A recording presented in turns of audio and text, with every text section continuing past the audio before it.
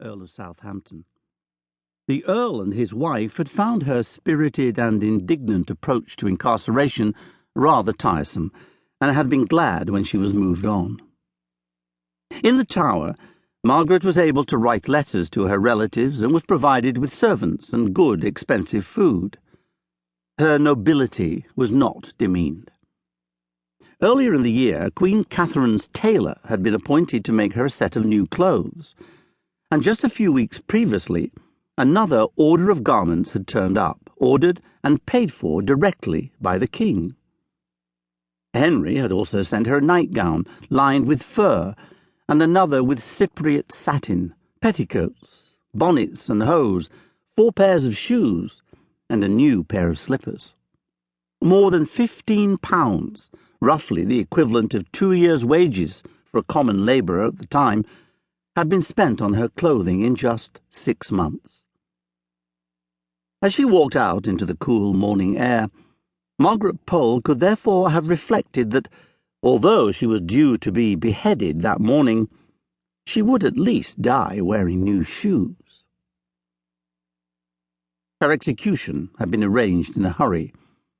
She had been informed only hours previously that her nephew, the king, had ordered her death, a shockingly short time for an old lady to prepare her spirit and body for the end. According to a report that reached Eustace Chapuis, the exceptionally well-informed imperial ambassador to England, the Countess found the thing very strange, since she had no idea of what crime she was accused, nor how she had been sentenced. Few, in truth, would ever quite understand what threat this feeble old lady could have posed to a king as powerful and self-important as Henry VIII.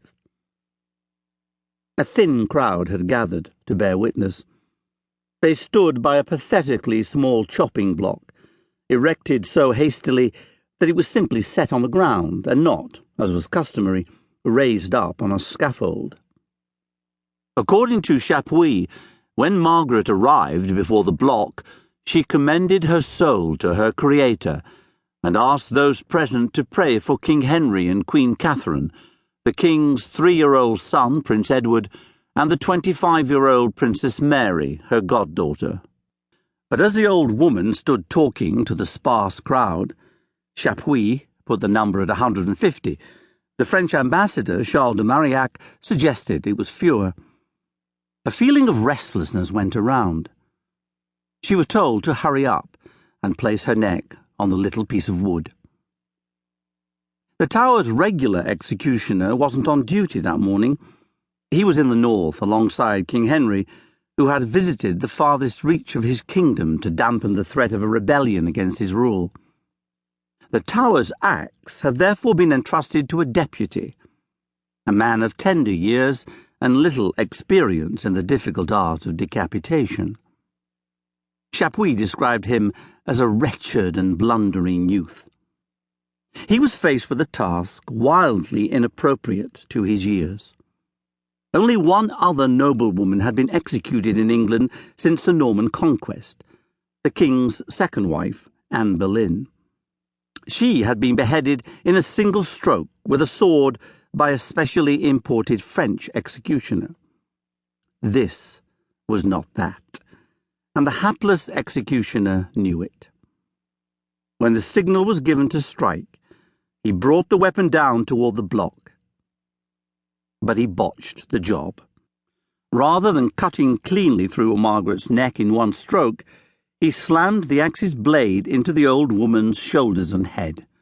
She didn't die. He brought the axe down again and missed again.